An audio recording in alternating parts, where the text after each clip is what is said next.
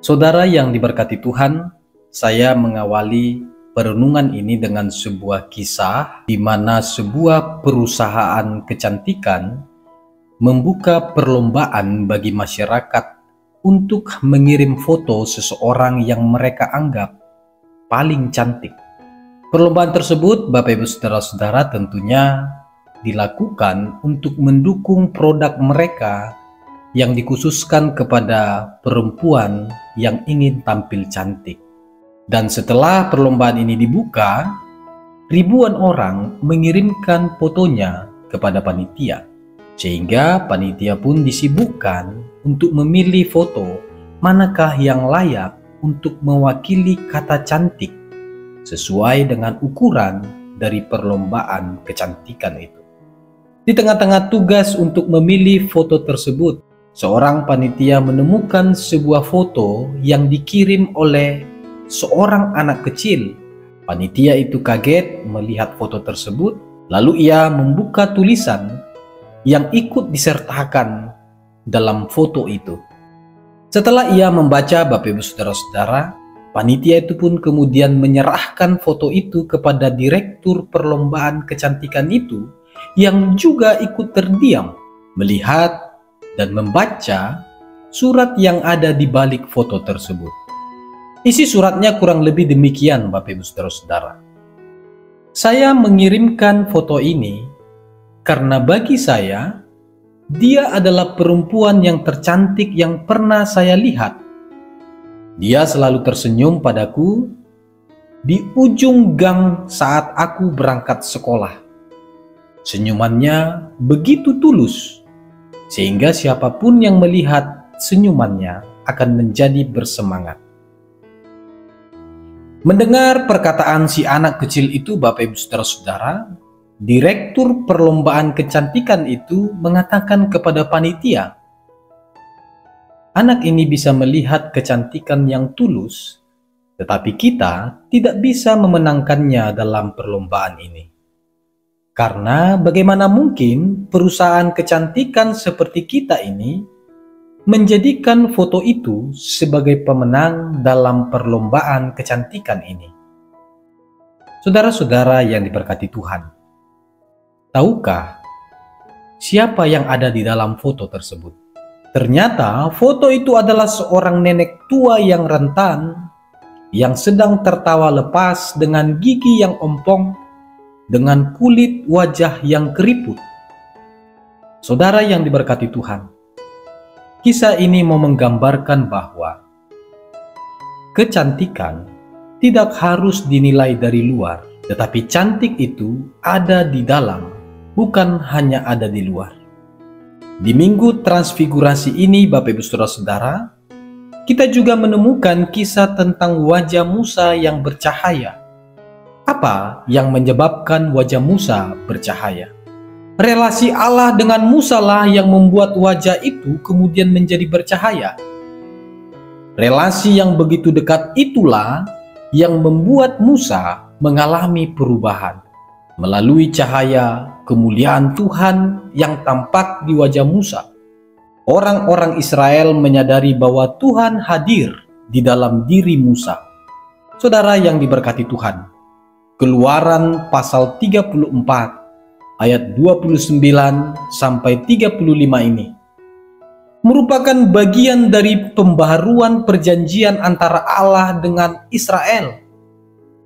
Yang sebelumnya kita tahu bahwa orang Israel telah merusak perjanjian mereka dengan Allah karena mereka menyembah patung anak lembu emas.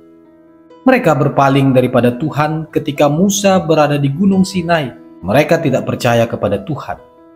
Karena itu, perjanjian Allah dengan Israel menjadi rusak dan harus diperbaiki kembali.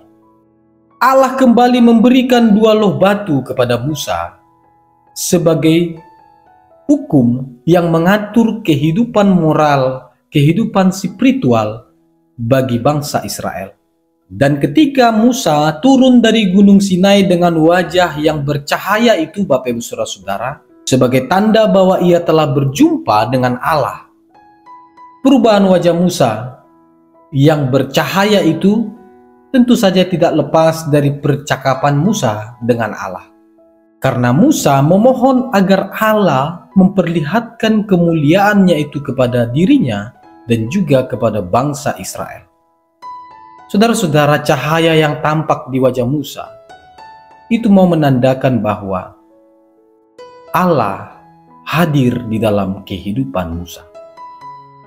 Nah, berefleksi dari bacaan kita di Minggu Transfigurasi ini, Bapak Ibu Saudara, apa yang dapat kita hayati dan kita renungkan?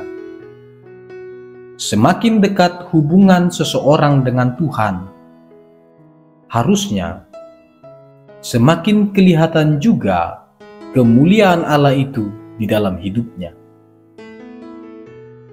Semakin dekat seseorang kepada Tuhan, maka hidupnya harus mengalami perubahan, meninggalkan semua hal yang terselubung di dalam hati dan pikirannya. Bagaimana kejahatan, egois, dan mementingkan diri sendiri harus diubah. Saudara, transfigurasi, perubahan ke arah yang lebih baik, tentu dibutuhkan dengan kesadaran. Perubahan itu, Bapak Ibu Saudara, harus disadari, bukan tidak disadari. Transfigurasi adalah sebuah perubahan kesadaran yang harus dimiliki sebagai orang-orang yang kenal dekat kepada Tuhan dan orang-orang yang sering mendengarkan firman Tuhan. Kesadaran untuk hidup yang berdampak, hidup yang dapat dirasakan oleh orang lain menjadi dasar kita di tengah-tengah tuntutan hidup kita. Dan dengan demikianlah Bapak Ibu Saudara, ketika hidup kita berdampak, hidup kita dapat dirasakan oleh orang lain, maka wajah Allah, kemuliaan Allah akan dapat dilihat dan dinikmati orang lewat tindakan kita, lewat perilaku hidup kita. Kesadaran pada perubahan yang lebih baik inilah Bapak Ibu Saudara yang pernah diperjuangkan oleh Bunda Teresia di Kalkuta. Bagaimana Bunda Teresia dalam hidupnya ia memiliki hubungan yang sangat dekat dengan Tuhan Yesus. Dan hubungan inilah yang membuat Bunda Teresia bukan hanya mengalami perubahan di dalam dirinya, tetapi ia mau mendorong perubahan yang ada di dalam dirinya itu harus dapat dirasakan oleh semua orang. Karena itu ia memilih selama 47 tahun ia mengabdikan dirinya melayani orang miskin, melayani orang-orang sakit, kelaparan, yatim piatu, dan orang-orang yang melarat. Dan ketika ditanya oleh salah satu wartawan mengapa ia melakukan itu semua dalam hidupnya, Bunda Teresia menjawab, Yesus mengajarkan bahwa orang-orang miskin adalah orang-orang yang berbahagia. Maka saya yakin dan percaya akan perkataan Kristus itu. Saya memperlakukan mereka sebagai raja di dalam kerajaan Allah. Ia juga menjelaskan penegasannya bahwa orang-orang Kristen harus melihat dunia sebagaimana Allah melihat dunia. Kita diberi mata dengan cara pandang yang baru untuk melihat manusia dengan cara pandang Allah.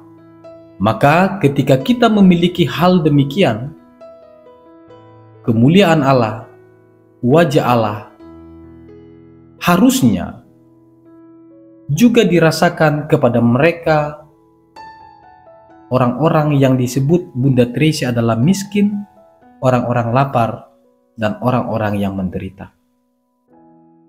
Saudara-saudara, bukankah itu yang dikerjakan oleh Kristus Yesus? Bagaimana ia juga mengalami transfigurasi itu?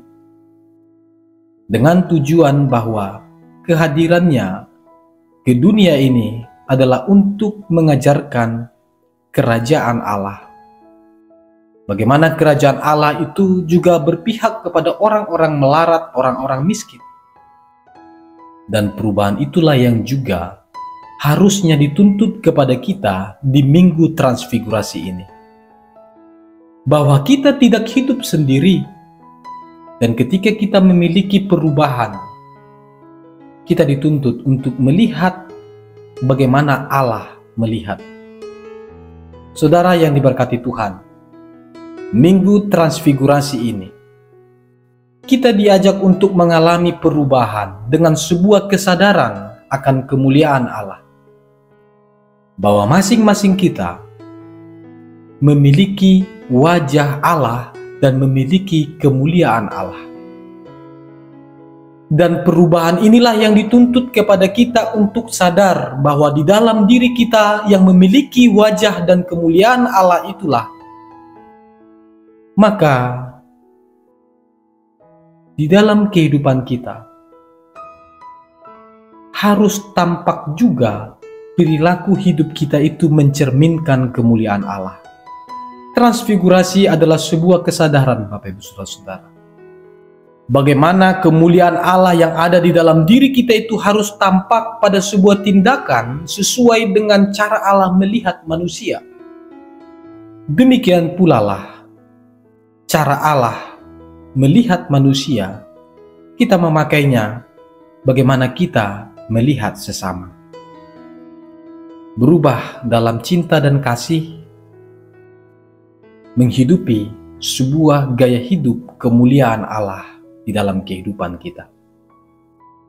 Tuhan memberkati kita.